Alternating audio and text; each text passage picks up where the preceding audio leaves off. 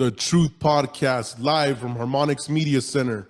Here we are today, guys, with our co-hosts. We got Carson, we call him A.K.A. Winston. We got Nikki G in the background. We got the Big John man running the board. And special guest today, a good friend of mine, Antonia Roybal-Mack. Soon, so she's got a long, I don't want to lay down the whole resume here. It's going to take me too long. I won't let her lay that down. But one of the cool things that just really is awesome to me is that she just finished writing a book and just kicking ass. I'm going to let Antonia, I'm going to turn it over to her to give you kind of the introduction, but just an amazing person in general and a good friend of mine. So you guys know. Antonia, welcome to the Truth Podcast. Thank you for having me, Jack. You know, the truth is what we're all about. So I love that. Absolutely. Fellow Northern New Mexican over here. That's cool. What part are you from? Born and raised in Mora, New Mexico. Oh, no way. Yeah. My, long story short, I won't take too much time on this, but my family had a big ranch there. And unfortunately, we've been landlocked for a long time. So that's my second book. Yeah? Yeah. No way. The Land Barons That Never Were. Yeah. That's sweet. Yeah. Well, I'm excited to hear about this one. It's going to be exciting. Antonia, so tell us a little bit about yourself. Let the crowd know give us a history.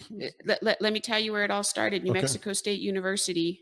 I got there with $600 and I was going to make it work for 5 months for me. And coming from Northern New Mexico, you don't really know what it's going to take to make it. And I got there, I worked 3 jobs. I got a 4.0. I made it happen. Started working after undergrad. It was all right. Not enough money for what I wanted to do. I knew I didn't want to be a doctor, so I became a lawyer. And since then, I've been working for the last 15 years, helping people in divorce and estate planning, and really working towards wealth preservation for families. If you think about what we do, it's family wealth lawyers. And how do you create it? How do you preserve it? And there's 2 times in your life you're going to part with your wealth. And the first time is going to be if you get divorced, if you have that misfortune in your life. And the second time is going to, and if you only get divorced once, some people have that misfortune a number of times in their life. And the second time is going to be when you pass away and you need to transfer your wealth. That's a true statement. You know what I mean? I know a lot of people like to sign up 2 or 3 times. I just get scared. I get scared just thinking about it. You know, the fear factor. I never have to make that call. Yeah, we're on the, hey, Winston, but if we do, we got you a good lawyer right here, baby. So what was your main goal going into it? Because you said you didn't really want to be a doctor, so you veered off to be a lawyer. Did you always see that path for you going into school, or kind of? No, if I'm being perfectly honest, I had no idea what lawyers did. I just really, yeah. I grew up with 9 siblings. We were rich in love, poor in everything else, poor in cash, and it was really important to me that this generation of my family, the first generation, got educated. That this next generation pull the family out of poverty. Yeah. Oh, that's sweet. And that was my goal. Oh, Antonia, right now. Here she is. Antonia, let's go a little deeper than this. Let's talk about, how did you think growing in Northern New Mexico prepared you or did not prepare you? Give us kind of an insight. What do you think growing up in Northern New Mexico, you think it gives us an edge, or does it give us, or it could be, what I want from your perspective? Oh, absolutely. The edge is, I never knew I was Hispanic. I never knew I was a woman. I never knew I was the underdog. I just knew, everybody that I grew up with was Hispanic underdog. So you get into the real world and you're willing to outwork anybody. You can outthink most people. You have values that aren't going to let you veer off into different paths. If you think about Mora, New Mexico, they have more per capita PhDs that come out of Mora in the country than anybody else.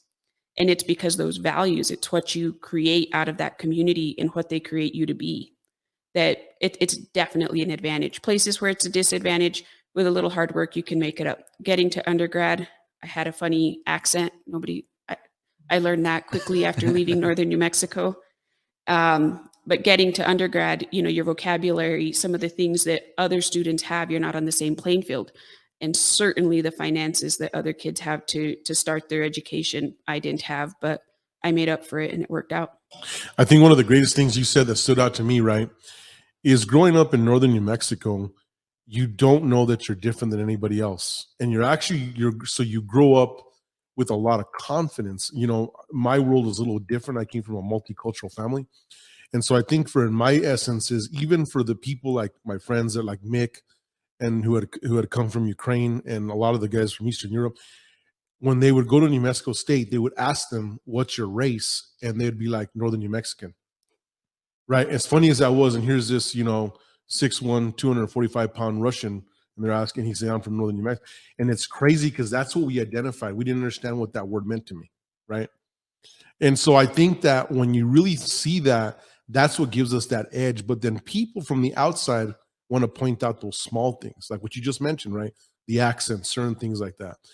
Walk us a little bit through that. Did you ever feel at any time that you felt kind of inferior, or you were like, what did that make you feel like?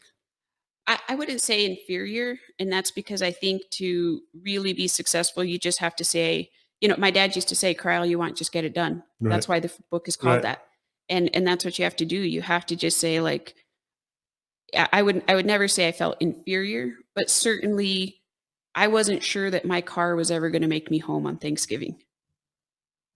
So there were those sort of challenges that I knew that my counterparts weren't dealing with. So the financial aspect was really the problem. The rest really wasn't too much. It was the financial aspect of it.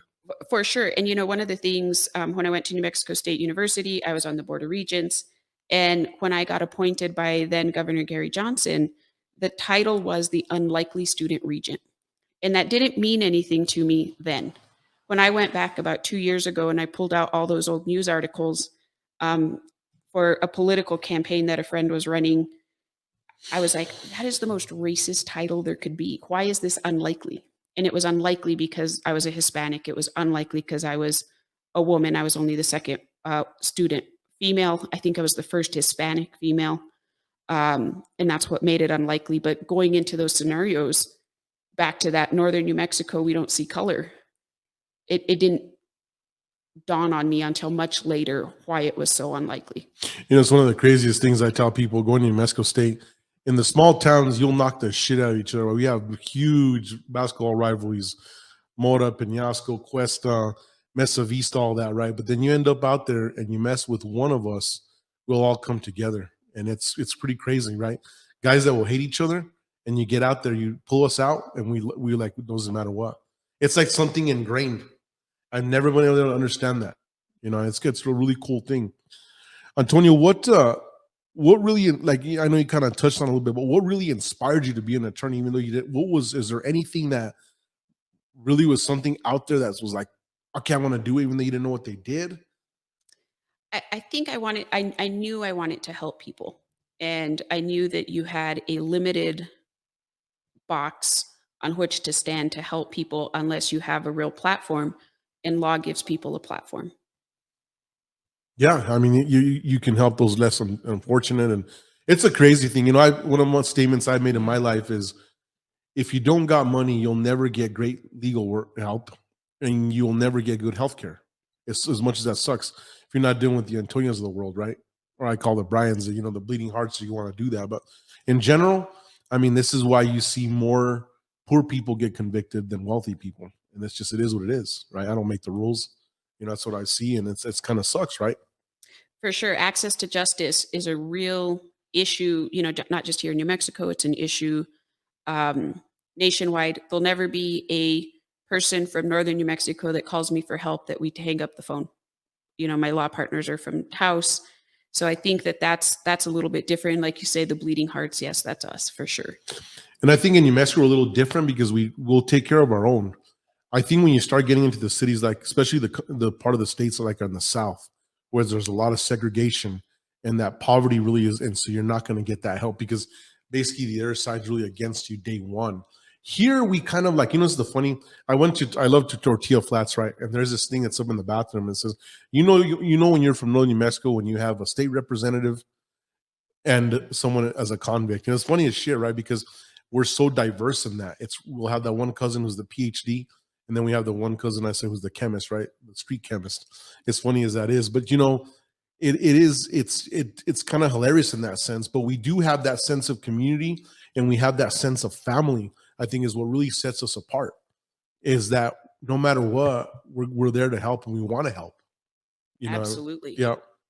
Going through law, I guess my question for you is, what do you think was a big motivator to help you get through everything? I mean, you hear about the LSAT and how, crazy hard it is. I mean, I'm sure there are days where you're like, I don't know if I want to do this or if it's worth it. What do you think was the motivator that pushed you through it? Do you think it were, back to when you brought up there were days I didn't think my car would make it back home on Thanksgiving? Do you think that had to do something with it, or was there something deeper maybe that you can share with us for other people going through the same thing? It's for sure. It's the guy digging the ditch is working 10 times harder than I will ever work in a day. It's the farmers and the ranchers. And I grew up on a small little ranch. And those people, those men, those women who are doing that, it's backbreaking, exhausting work. And I'll never work that hard a day only because I have my education. Mm-hmm. So I was working that hard, doing something that wasn't giving me the results to help the people I wanted to help. Right. So that was the genesis and motivation of that. It's kind of your biggest push for it.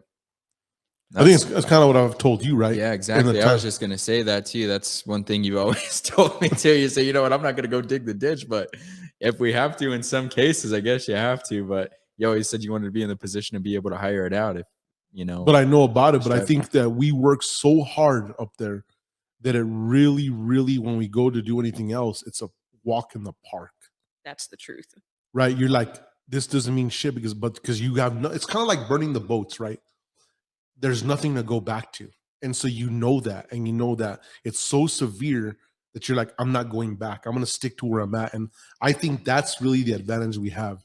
I would say that is a big advantage. And I was kind of just going to touch on that because you do see that side of the fence that maybe people that are in the city or, people from, I always say the mid-class growing up, it can sometimes be at a certain thing where they feel, entitled to have certain things, or they don't know what it's like to actually work hard on a ranch or do any type of manual labor.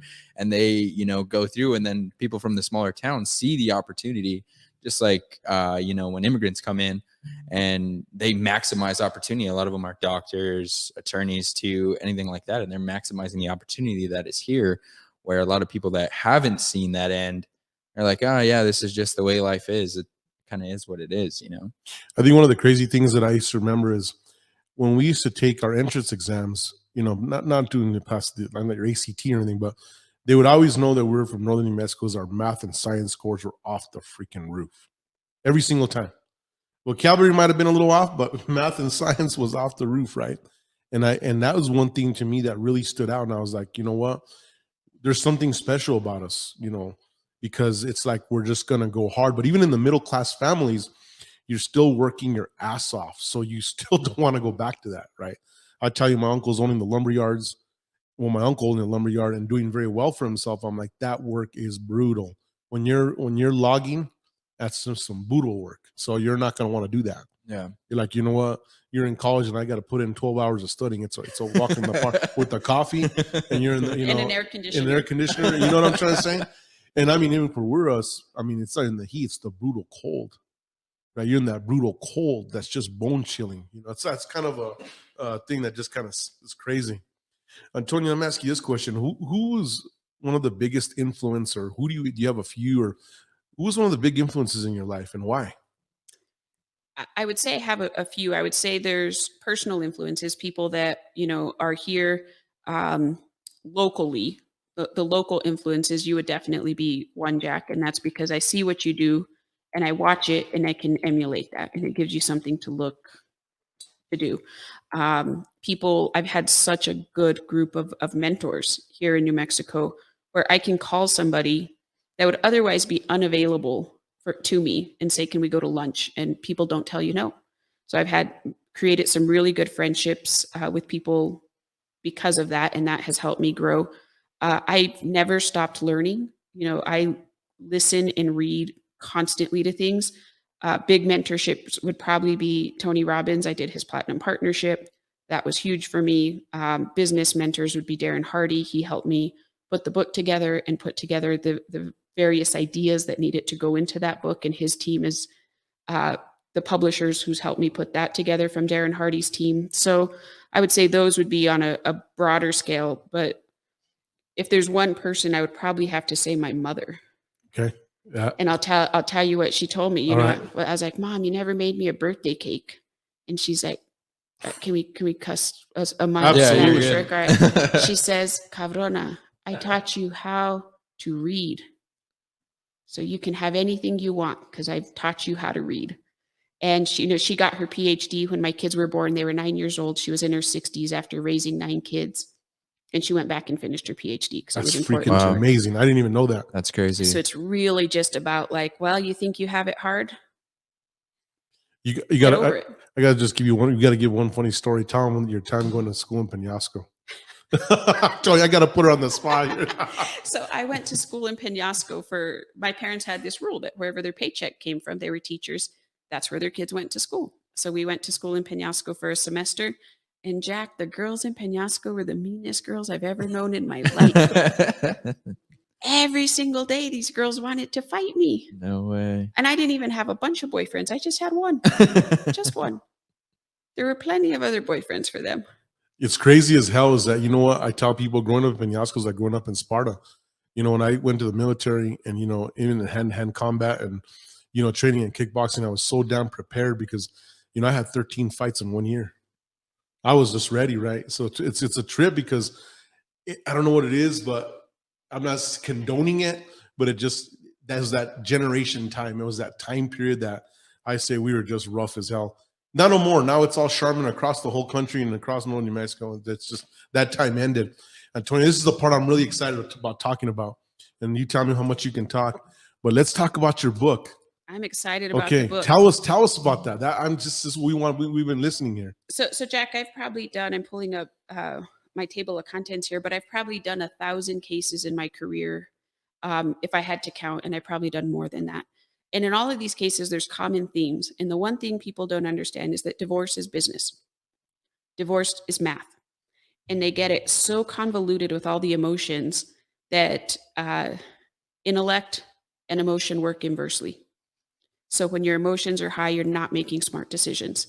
So I wrote a book to try to help people understand that you're going to cry. This is the most complicated relationship you will ever exit in your life.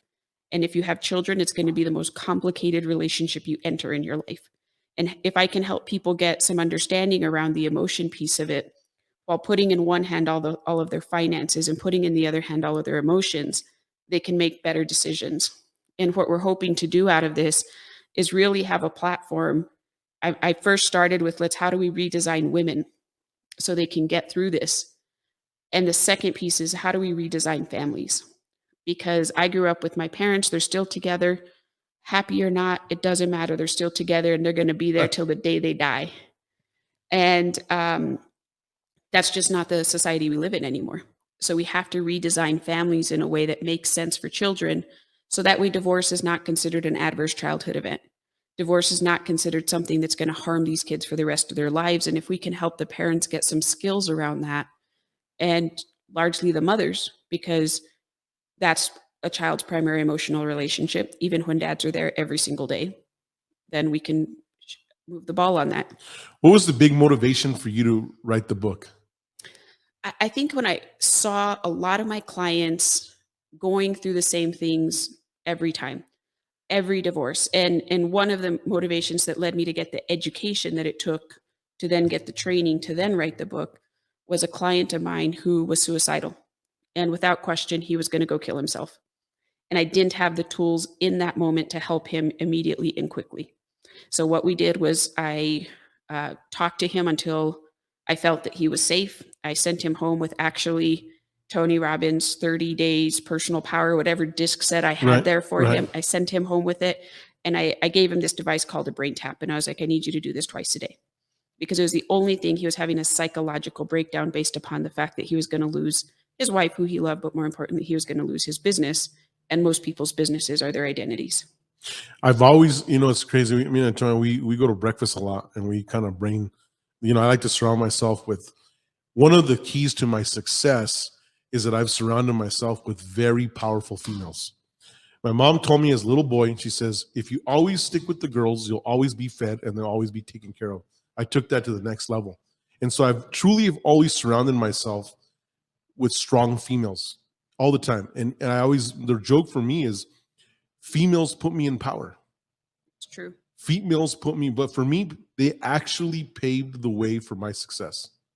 They're the ones that gave me the opportunities. They would say, you know what, you're not this smart engineer, condescending individual. I appreciate the respect. But it's crazy because I always think that everyone tells me you're a feminist because I am such pro young girls, pro girls in general. I'm pro everybody, but I really think that by educating our young females, it's such an empowering thing because they really have the control to everything. Females have the opportunity to actually make men better than they are, because from all perspectives, right? And so I think that I've always thought in my mind, if we educate the girls, they're going to follow the rules. As guys, we're kind of wacky, right? We like to do all kinds of shit, and then we figure out ourselves a part-time. We're 25, we get to 30, we're not really figuring ourselves. Then you get to me at 40, you kind of got it, but you really don't. But you know, it's kind of those things that really puts to me, and I think that's been phenomenal by that. And Tori, let me ask you this: in the book, I don't know if you can share this or not, but you use this saying of like how you convince yourself every day and staying in your relationship. Can you want to share that? Absolutely. So Okay. the first chapter of the book is should you stay or should you go? And I think if you're in a marriage, if you're in a marriage and you've never thought about leaving that marriage, you're lying to yourself, and you lie about other things too. Yeah, I love that. Okay. You know, it's true. Like if you don't, you have to recommit every single day to say, yes, I'm going to do this for another day. And there's times when you have to say, I can't do this for another day. I can't do this for another week, month, or year. And at that time, then you make the decision that you have to leave the relationship. But absolutely, in my own relationship, every single day I have to decide, is it, am I going to recommit for another day? And some days it's an easy yes. And some days you have to really think about it because there's a lot of complexities in a relationship. I've always told myself relationships in general are more complex than business. Than a business deal, period, because of the emotional aspect. In business, we write out a contract and we know exactly what we have to deliver. And if we don't deliver it, either our contract gets canceled, we're not going to get paid. It's real simple, right? In relationships, that emotional aspect's in place, and it's really tough to do that. I read this, so I'm not as deep as you, but it's one of my grandmasters used to like Tony Robbins a lot.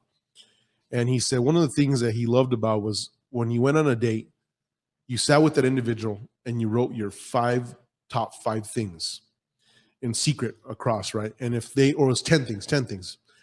And if the first top five did not align, you just paid for the lunch and said it was a good lunch, I'm out, because you're not going to align them, right? That whole opposites attract bullshit it doesn't make any sense.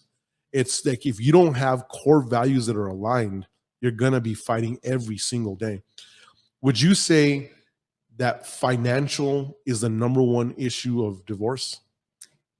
It's communication is the number one issue leading to divorce, and it's usually communication around money. Around money, right? And so when those money issues take place, it's just brutal because people feel taken, right? There's something about money that make people feel really taken in any aspect. And my grandfather, I shared this in our beginning of the podcast about when my grandfather lent me the 2 coins. He gave me 2 coins and then he borrowed them from me and then he wouldn't give them back to me. And I started to get this resentment towards him. He said, son, wars are fought over these 2 pieces of metal. So never owe anybody money. And it's so crazy because even in the most loving relationships, I have a cousin right now that's going through she's going to go through a divorce, and she was all distraught and stuff that she was sharing with me. The majority of the issue is always finances or people that I talk to. You don't know that the husband is out there spending a lot of money or the wife's going crazy spending all the money. She's at the casino and then you thought you had the savings and you don't. And it's really crazy. What's some advice do you have out there for the young people that are thinking, they get the googly eyes and it's like, oh my God, this is the one for me. Like, what's your advice? I mean, Antonia, you see the end result, right? For sure. And I tell all the people who work for me, I work with a lot of young people, and I tell them, choose wisely. This is the most important choice you will make in your life. Whether the marriage works or not, it's going to be the most important choice of your life. Who you choose to spend time with, incredibly important. And you have to choose wisely. There's some things you can do. It might be a little over the top, but if you're going to marry somebody, ask for their credit report. Ask them, how are we going to work through our finances? Get a coach, not as a counselor. Coaching and counseling are 2 very different things. Yep. Where you have somebody to say, this is our playbook. And this idea that women have to be equal and men have to be equal, I don't believe in any of that. You know, I had twins and I was on bed rest. When I'm on bed rest, my husband needs to be 100%. Because Yes. there's nothing I can do. Right. Mhm. And there's going to be times in a relationship where I have to be 100% because he's not going to be able to pull his part. And you have to be willing to do that. But this idea that women have to be 50% and men have to be 50%, you know, that's a great way to fail, because you and I have talked about this. There's definitely energies back and forth that need to be Yeah. looked at in relationships. What would you say now is kind of the big driver, right? Like our divorce numbers are gradually, I'm sure you know, they're going through the roof versus when they were, 20, 30, 40 years ago, maybe even less. What do you think you see most in kind of a trending pattern? Is it just lack of commitment and kind of the old school values are kind of going away, or people just want to throw in the towel so quick? I mean, what do you see from that end, If I was a sociologist and I had the money to run a study, I would run a study on tribe social species. And what that would look like is you look at my parents and my grandparents, just people before them, and you needed a man and a woman to live, Mm-hmm. to survive. A marriage was a unit to create survival for a family. If you didn't have a man who could go get wood in the 50s and in those sort of things, you were going to starve and your children were going to be cold. That's not the case anymore. We now have a society where men really don't need women to survive. Women really don't need men to survive. So you have to recreate what a relationship looks like. And we don't have our brain is still running tribe social species, but our society is no longer running tribe social species. That's my theory. Sense. No, it makes 100% sense. Yeah. Yeah, and I'm the educator in the group, but one thing that I think I always encourage people is don't rush to have children. I think that becomes a financial strain if you can't afford to number one, love them, and number two, afford them. I see so many kids that they just rely on the educational system to help parent them when, I saw a meme a while back that said, I wish all these things were taught in school. And I'm like, so I took it and I crossed out things and I said, I wish parents would teach these things, because too quickly we bash education and say, well, why aren't they teaching them this and why aren't they teaching them that? And I'm like, well, that education has to start first and at home, Yeah. and that becomes a financial strain, and that can lead to divorce, I think. And that leads to kind of almost a disaster. I mean, you're seeing couples now, it's getting crazy. I mean, you'll see kids and they're 14 years old having a kid. They're still kids themselves. And then they say, okay, well, when we turn 18 or whatever, whenever they can, I don't know what it is, but then they get married right away and they really haven't even experienced who they are as a person. And then it kind of just sets up that spiral effect of kind of disaster. But what you're saying is that was deep. I think in that case, it's kind of a real disaster, right? I think that's the disaster. But let's touch on this real quick. Antonia, you talked about, so we have this whole social engineering aspect that we need to take care of. So let's kind of break this. And you made a good comment to me one morning. He says, well, the laws haven't caught up to this. Let's talk about like the alimony law. I love when you said that, right? Absolutely. So when we talk about this tribe social species and we talk about what it needed to have a family unit back in, and I'm using the 50s as an example because the 1950s, 1960s is when the alimony laws were largely developed. You had women who stayed home. And they didn't have an education. They didn't have the ability to support themselves, and they didn't have a career path. Well, alimony laws were created for that scenario. Now we have a situation where you have alimony laws that have not matched society. So if one spouse is earning more than the other, they might have to pay spousal support. And the difficulty there is the other spouse has the absolute ability in today's society to make a living. They choose not to. We are in the most abundant country on earth. Even with all of America's flaws, there is nobody who's going to go hungry in this country if they don't want to go hungry. And yet we have laws that say somebody has to pay somebody spousal support because they're not going to have to go earn their own way. And that's so crazy, right? Let's think about that. So at the end of the day, we're not talking about, when there's a woman that's there, she's been rock solid, and these laws were made because they couldn't get a job. And that's what people don't realize, right? They couldn't go get a job and they were pulling in their weight, but we're not catching. This is what's been, where I really fight is that this is where government and state government got to stay out of family values. I mean, I don't want to go down to real deep stuff, but ultimately, that's what really sucks, because the union of marriage, in my opinion, was based in the church and was really a spiritual thing, and then it became church and state together. But we decided, well, we want the church out of the state business completely, but why not that aspect? Because it's a financial aspect, right? It's some way of tying it. And I've met so many people that have, taken a freaking ass kicking, right? An ass kicking where it's like, how is this guy going to make it? Or, a lot of guys that I've met have been on the verge of committing suicide. I had an individual that I spoke to, and I didn't know you at the time, and he's going through a major divorce. He hadn't done anything correctly and was just blown up. Guy was worth about $75 million. And the girl that he got involved with actually knew that he was going to do this, and her intention was screwy from day one, right? And it backfired on her, because the state that she chose that they got married, she got it mixed up. And I don't want to go too deep because I might blow his cover, right? But anyways, it ended up blowing up in her face after the whole situation was going in. But I was thinking, this is really bullshit, right? This is kind of a screwy situation. So I think it's tough. What advice do you have, Antonia? I know you gave the piece of pulling the financial report. What other key things, you've been married for a while, what other key things up front? What would you tell your younger self? You're walking in, the googly eye, and you're like, you know what? I really want to do this. What would you be telling your younger self, or even someone, if you're like the ghost of Christmas past? Are 3 red flags?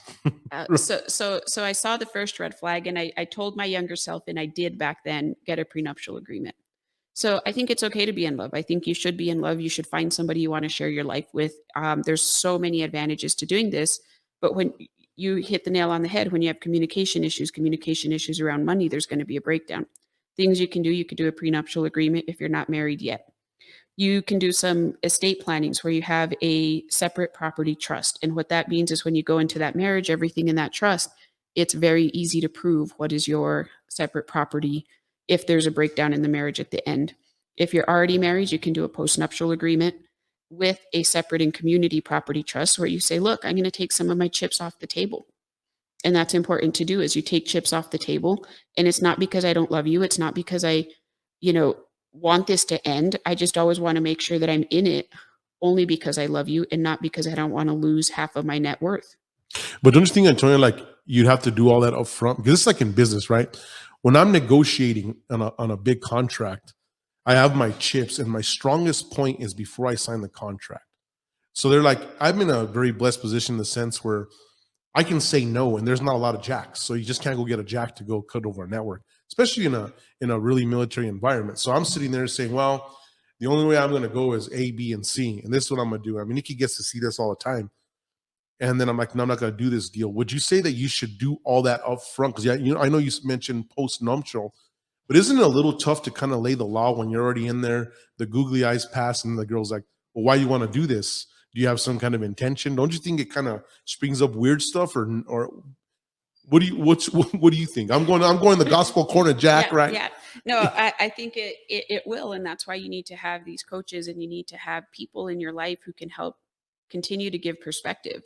I think if you are clear with somebody that I have some hesitation that this marriage is going to work, and we need to work on that, and I want to make sure that I'm committed to you, and I'm committed to loving you. And it has nothing to do with the fact that I write about this in the book, is when my husband and I were not doing so well, every single time there was an anniversary, I was not thinking, oh my gosh, I'm so happy we made it another year.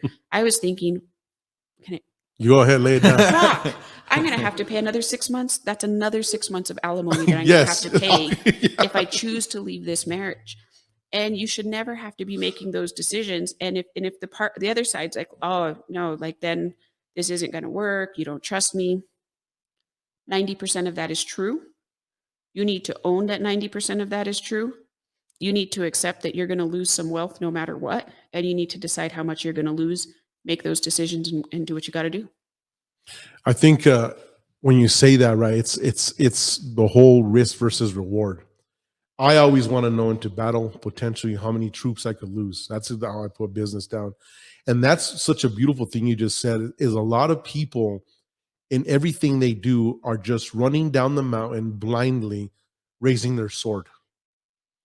It's that whole level of patience. Like, how much patience do you really have? And really, that's your most powerful weapon instead of just running into anything. In today's society, I always mess with Carson on Thomas' generation. My generation fucked it up for everybody, right? We invented everything. Minute Rice, we're the social media platform developers, the internet, all that crazy shit. And then all of a sudden, everyone's like, okay, it's easy to do because you just couldn't. What you were saying, you had to run out to the wood yard, get the wood, chop it, bring it in, dry it. There was so many processes just to get to the wood heating part that now it's just, you just turn a switch, right? Now I don't even turn a switch. I'm on my nest. As I set up the nest, it does it for me. And so we've really don't really put that thought process. And it's really tough when you're all emotional because you're like, this person doesn't love me, or they're attacking me, or fear. I always say fear is the devil's best playground. If you can instill fear or bring fear into any type of conversation, good or bad, you're going to bring that. You're going to actually put the chips more on your side. It's like that poker, right? Does he really have the better hand than me? And I think that's what's kind of what I really love about your book is really going to set people up to read and understand. Would you say that your book is more preventive maintenance, or is it preventive maintenance and or is it good also for people that are already married? Or what would you say is an all be all? Is it the universal knife in your kitchen? What can you tell us about that? I think it's a good book for any woman, and it can be men too, who are thinking of getting divorced, who are already in the divorce process, or in a relationship that they don't know if it's necessarily the right relationship. So maybe they're not even to the step where I think I want to get divorced. They just think they need some more information on it. That's where you would start, because the financial advice in the book, and I'm not a financial planner, just a divorce lawyer who can tell you how things are going to be broken up. You can make clear decisions. But this idea to stay in a relationship that you're unhappy with because you're hopeful that things will get better, but you're not doing anything to make the change for things to get better. You're hopeful that you're not going to lose as much. This book really tells it how it is. And I tell it, they're not necessarily client stories that I have breached confidentiality in, because I've taken a number of stories. We see the same common themes over and over, and we can aggregate them into one story. But I mean, I can tell you how things have gone very poorly for some people. And I can tell you how master negotiators have left their divorce with everything they need. Let me ask you this: for the simple minds, the people who are not going to be the high wealth generators, what is, doing like the whole, what is this, sole and separate kind of agreement up front? What is that, Antonia? In New Mexico, that actually works. You can do a sole and separate agreement where somebody signs you over a deed and they say it's your sole and separate property. The spouse says, yes, it's your sole and separate property. And that then you can protect yourself in that way. But even then, there's another layer of protection you can put on top of that. So another awesome is Antonia has a book, but I mean, I really recommend you guys out there that if you really need this kind of financial advisement, layers of protection, to really go to her office. And we're not here to promote, Antonia's business, but I'm gonna tell you right now, Antonia's not only a friend, but one of my top advisors for Jack the General himself. And so I like to surround myself with people that are smarter than me and their subset deals, because at the end of the day, that's the only way you can get to where you're at. You got to surround yourself with super successful people. She's on my personal board of directors from multiple. I run a lot of things by Antonia, personally, professionally, but mostly I really love the insight that you bring. I have people give me the nickname the Terminator. They say I don't got a lot of emotion, and we got to spend some time yesterday with my dad, and you got to see. But I think one thing I don't call it a plague, because I wouldn't say that, but one thing about me is my mind has gone to the point since I was a little boy. I'm just a very mathematical brain. Everything to me has to equal something. And I think it's done me well, and it's also done me bad, because in relationships, you really can't be that way. It's that whole 100s. So for me, when I think about the variable, if we're both 100, then we're running out of something, right? So it's pretty crazy. But I want to kind of end this with this, and I want to ask you this. I have the 10 rules of success. Which one really, really for you stands out, if any of them? So I write about it, not in the same words you use, but number 9 in the book, and that's don't gossip. The tongue pierces deeper than the sword. And I write about that because what I talk about in the book is the words you declare become the house you live in. So if you go to court and you're saying he's a horrible person, he's this, he's that, he's all these things, or she's all these things, and it's so negative, it's so hard to come back from that. So, this sticks and stones can break my bones, but words will never hurt me. No chance. The words said in court, you'll live with for the rest of your life. That's not true. Be careful with your words. Something is be very, very careful because you cannot rescind that. It's the stupidest thing ever. This is the whole thing about what my grandfather would always tell me. Speak last, think first, right? Even as a little boy. And that was one of the biggest things for me. So, Antonia, I want to thank you for coming on the show and sharing this. And I hope you listeners out there got so much information. And so before you get the googly eye, read the book. She says if you're thinking about getting divorced and all that, I'm more of a preventive maintenance individual than I want to get when I'm already in the fire, right? So I'm more about let's lift weights and be healthy, not get into the workout plan after the doctor says you're going to go down. I'm more of a preventive maintenance, how I live my life. So listeners, amazing show. Thank you, Antonia, for being on the show. Thank you for all of you guys being here. And thank you for tuning into the Truth Podcast. We're out.